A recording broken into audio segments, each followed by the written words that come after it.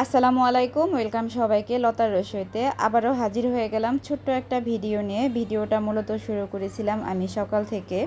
রোজকার মতো সকালটা আমার যেভাবে শুরু হয় সেটাই। দেখতেই পারছেন কিছু ফুল আমি বাবুকে স্কুল থেকে নিয়ে আসার পথে প্রায় প্রতিদিনই ফুলগুলা নিয়ে আসি, এই জন্য হয়তো বা সেম সেম লাগে। তো রোজকার মতো ব্ল্যাক কফি দিয়ে সকালটা শুরু হয়েছিল, আর রোজকার মতো দুপুরে রান্নাবান্নাও করে নিচ্ছিলাম তাড়াতাড়ি করে। এখন সবার সাথে একটা কথা শেয়ার করতে চাই। কথাটা হচ্ছে, আমাদের সমাজে বা আমাদের আশেপাশে বা আত্মীয় স্বজন সবার মাঝেই কিন্তু এমন কিছু মানুষ থাকে যারা নিজের দোষটাকে অন্যের উপর চাপিয়ে দিতে ভীষণ পছন্দ করে, কিংবা অন্যের সফলতা দেখে হিংসায় জ্বলে পুড়ে মরে। আর তারা খুবই আনন্দে থাকে এই ব্যাপারটা নিয়ে যে আমার দোষটা আমি অন্যের উপরে চাপিয়ে দিলাম, দোষী তো সে হয়ে গেল। আসলে আপনি হচ্ছে সবার কাছে একজনকে দোষী করলেন, কিন্তু উপরে আল্লাহ বলে কিন্তু একজন আছে, তিনি সব কিছু দেখেন, সকল বিচার করেন, তিনি সব কিছু বোঝেন।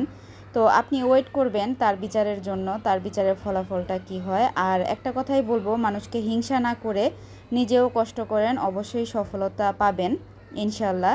তো দুপুরে রান্নাবান্না কোনোভাবে ওইভাবে শেয়ার করি নাই আপনাদের সাথে। তো বিকেলবেলা সবাই মিলে একটু আইসক্রিম খেয়েছিলাম আর একটু চানাচুর মাখিয়ে নিয়েছিলাম, সেটাই খাচ্ছিলাম সবাই। এভাবে বেশি করে ঝাল ঝাল করে পেঁয়াজ, কাঁচামরিচ, ধনেপাতা দিয়ে চানাচুর মাখা কে কে পছন্দ করেন কমেন্ট করে জানাবেন। আর এই ফুটেজটুকু ছিল মূলত গতকালকের, আমি একটু পিঠা করেছিলাম।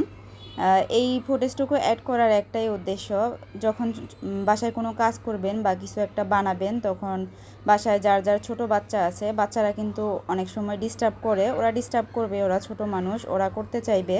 তো ওদেরকে আসলে করতে দিবেন, আপনি যেভাবে করছেন ওরা কিন্তু ওভাবে করারই ট্রাই করবে। আর বাচ্চারা কিন্তু এভাবেই ছোট ছোট কাজগুলি শিখবে, এতে করে কিন্তু বাচ্চারা জিনিসটা শিখলো, তারপরে তাদের আগ্রহটাও বাড়লো বা দেখলো যে কিভাবে বানায়। এই যে দেখতে পারছেন আমি পিঠাটা ওকে দিয়ে বানিয়েছি, আর ওকে দিয়ে শ্যুট করিয়েছিলাম। ও তখন বলছিল যে আম্মু, ভিডিও করা অনেক কষ্ট, আসলে তুমি অনেক কষ্ট করো। আসলে ব্যাপারটা এরকমই, যে কোনো কাজকে সহজ করে দেখবেন না, প্রত্যেকটা কাজ করাই কিন্তু অনেক কষ্টের ব্যাপার।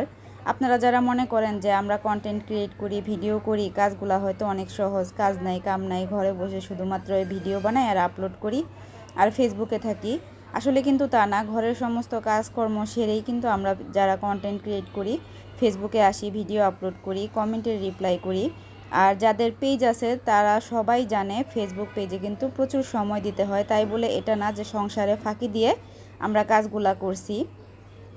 এমনও অনেকে আছে আমার ফেসবুক পেজটা নিয়ে আমাকে অনেক ধরনের কথা বলেছে, আমি কোনো দিন আগাতে পারবো না, পেজটা বড় হবে না, কোনো দিন ইনকাম হবে না, কোনো দিন 1000 ভিউয়ের উপরে ভিউ হবে না। আলহামদুলিল্লাহ আলহামদুলিল্লাহ, আমার পেজটা কিন্তু আস্তে আস্তে বড় হচ্ছে, আমার ইনকামও হচ্ছে, সেই সাথে আলহামদুলিল্লাহ বেশ ভালোই ভিউ হচ্ছে। সবাই দোয়া করবেন আমার জন্য, আমার এই ছোট্ট পেজটার জন্য, আমার পাশে থাকবেন। সবাই ভালো থাকবেন, আল্লাহ হাফেজ।